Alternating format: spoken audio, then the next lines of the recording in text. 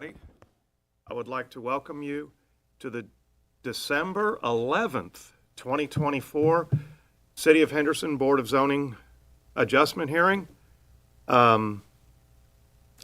Sarah, may I get a roll call? Mac Arnold, Here. Heather Knight. Here. Rob Turney, Here. Landon Overfield, Here. Marcos Nicholas. Thank you. Mr. Davis, do you promise to tell the truth tonight? I do. Okay, as you do every night. I try. Mr. Davis, our first appeal, Appeal 3531, will you bring that to our attention, please? Absolutely. Boza Appeal 3531 is submitted by Habitat for Humanity for the property located at 609 South Adams Street. The applicant is requesting a 12.5-foot variance for a minimum lot width to install two new homes on 609 South Adams Street, subject to approved subdivision by the Planning Commission of the lot pursuant to Article 27, Schedule of Regulations, Schedule A, Appendix A, Zoning Code, City of Henderson. Property is zoned R3. Notices were sent to surrounding neighbors. We have not received any calls concerning this appeal. The required minimum lot width for a single-family dwelling is 50 feet. Habitat will be creating two lots out of the one that have a 37.5-foot width.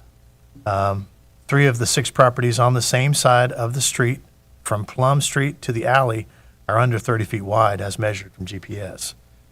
So just to be clear, they're taking one lot, they're going to create two. Both lots will need that variance of 12.5 feet, okay?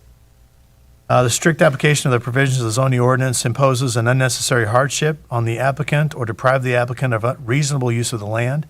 Habitat's intent is to subdivide one lot, creating two buildable lots. There are other properties on the block that do not meet the minimum lot width. Habitat would like to build two houses on the lots, thus increasing potential number of homes on the land. Special circumstances they state in their worksheet are: one, the granting of the variance will not affect the public health, safety, or welfare in that the new houses will be built according to the KRC, Kentucky Residential Code, meeting required setbacks. Two, the granting of the variance will not alter the essential character of the general vicinity in that there are lots on South Adams Street that are non-conforming on minimum lot width already existing.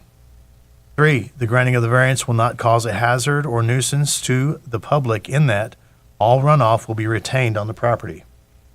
Four, the granting of the variance will not allow an unreasonable circumvention of the zoning ordinance in that this will increase available affordable housing on the East End inner-city and raise the taxable value of the property.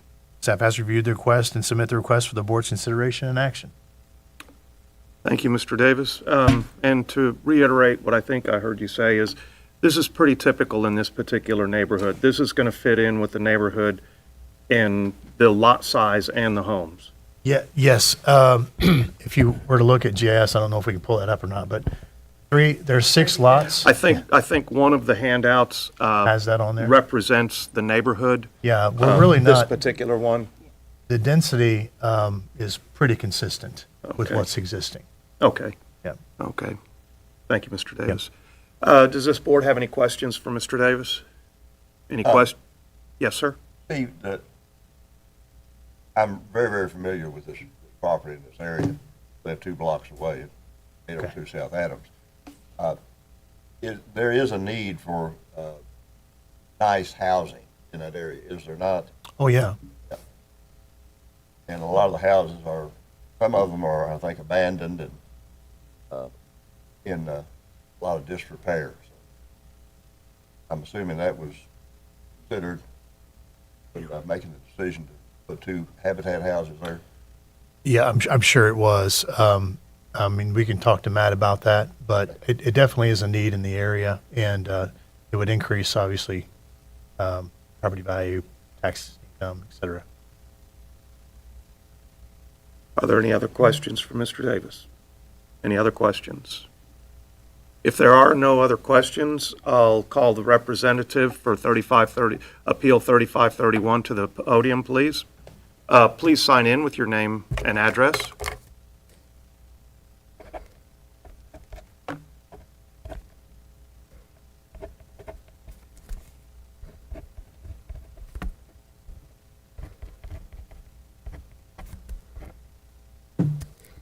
Please state your name. Matthew Reynolds. Mr. Reynolds, how do you represent Habitat for Humanity? I'm the Chief Operations Officer. Thank you. Is there anything that you would like to add to Mr. Davis's testimony? I think Steve did a great job. That was a lot that we were able to pick up through the mass foreclosure sale through the city. It was a great lot. We took notice of it early on. It had quite a few trees and other impediments that we were able to get removed and cleared, and the lot is now cleared and ready. We just weren't, we were hoping that we could put another home there because we have a perfect house plan that would work to suffice all the setbacks. Thus, also, as Steve mentioned, adding this particular house plan, we just got the most recent appraisals for the families that's going to be moving into that this year.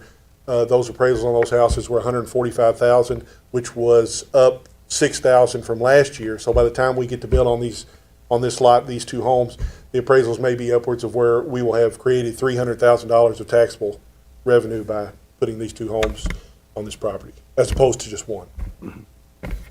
Does this board have any questions for Mr. Reynolds? Mr. Reynolds, you heard my question to Davis. Yes, sir. Care to expound? Sure. I mean, we typically, and I can't say we always, but we're typically building in what has been dubbed by the mayor and these task forces the inner city. This is, of course, in that realm. We're always trying to acquire vacant or dilapidated and blighted properties. Not to say this one was necessarily blighted, but I do know that, to your point, yes, scattered throughout, there are blighted homes, abandoned homes, what have you. And each time we've been able to go in, I can't think of a time, most recently, I don't know if this is exactly where you were going, but I think one that kind of stands out in a lot of people's minds, I know Don will remember, was 10 Holiday Court. That was a project that we did in a similar fashion with a project with the city, where we were able to go in, acquire the property, tear it all down, put a house there. In fact, it worked out so well for the neighbors. One of the neighbors had been trying to sell their home for some time and had no luck.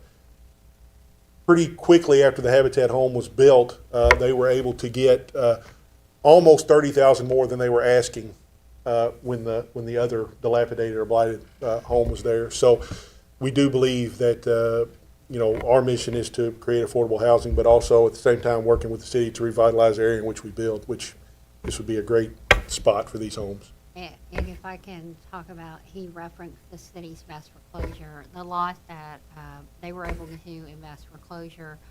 We actually included that lot, not because it owed taxes, because it had one heir that kept paying the taxes on it, but the law changed that allowed us to do it just on code enforcement liens, and there were so many code enforcement liens on that property that we were able to include it in the mass foreclosure because it had been abandoned and the city, in essence, was doing the upkeep on an abandoned property.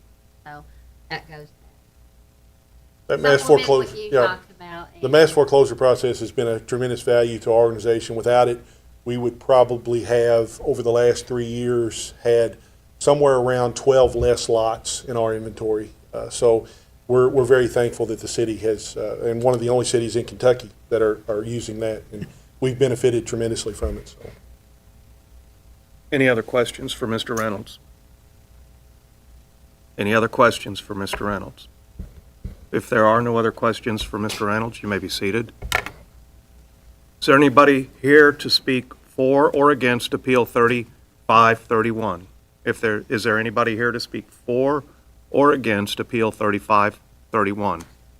If there is nobody here to speak for or against Appeal 3531, I will close the open forum and ask for a motion.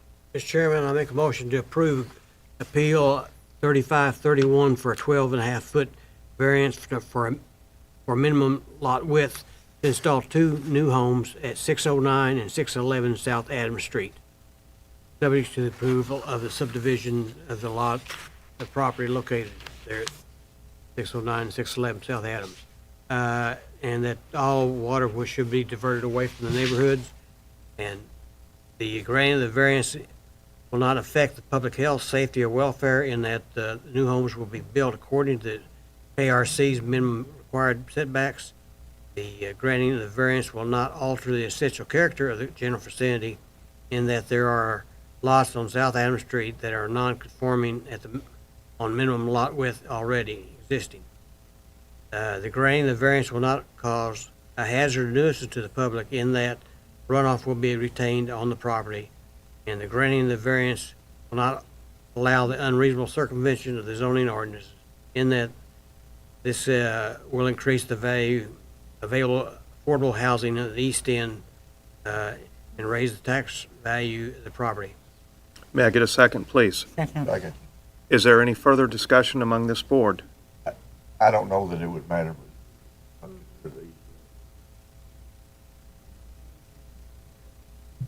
Do we need to amend the motion? Or is the motion, Motions for those addresses. Yeah. okay, so the motion is okay as stands? Any further discussion? Any further discussion?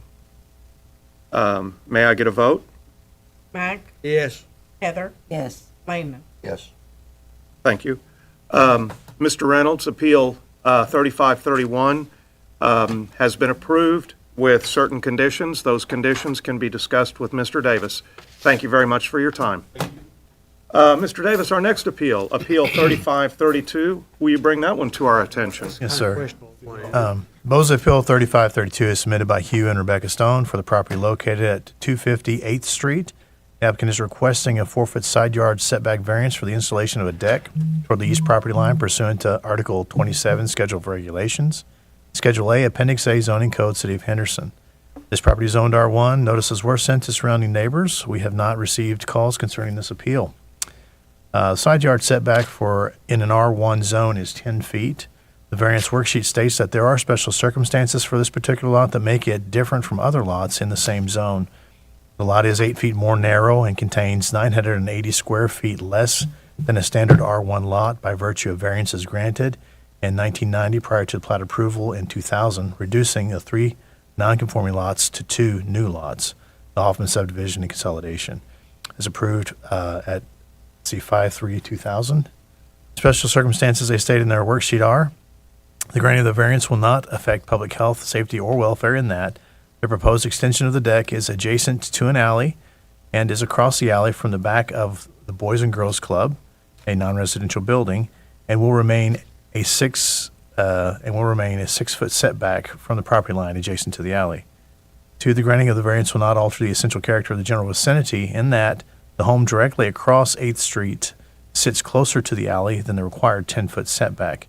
Many homes in the 700 block of Main Street, platted prior to the adoption of the zoning ordinance, also encroach into the required 10-foot side yard setback. 3, the granting of the variance will not cause a hazard or nuisance to the public in that the proposed addition will be located 6 feet from the property line along the alley and will not impede sight distance of those vehicles traveling the alley. 4, the granting of the variance will not allow an unreasonable circumvention of the zoning ordinance in that the lot is as created in 2000 does not meet the minimum width and lot area requirements in R1 zone by virtue of variances granted in order to reduce density from 3 non-conforming lots to 2 new lots. Staff has reviewed the request, recommend approval, and submit the request for the board's consideration and action. Thank you, Mr. Davis. Mr. Davis, basically, this appeal fits the neighborhood. It sounds like the other homes in the neighborhood have very similar situations, and this is not going to be out of step with the neighborhood. No. Thank you. Does this board have any questions for Mr. Davis? Does this board have any questions for Mr. Davis? If not, I will call the applicant's representative, the applicant or the applicant's representative to the podium, please. Please sign in with your name and address. You should send Becky up here. That's what I thought. I don't know. I think there was a Clearly, little this is a argument about who mistake, was okay. going to go up. A feeling she wrote.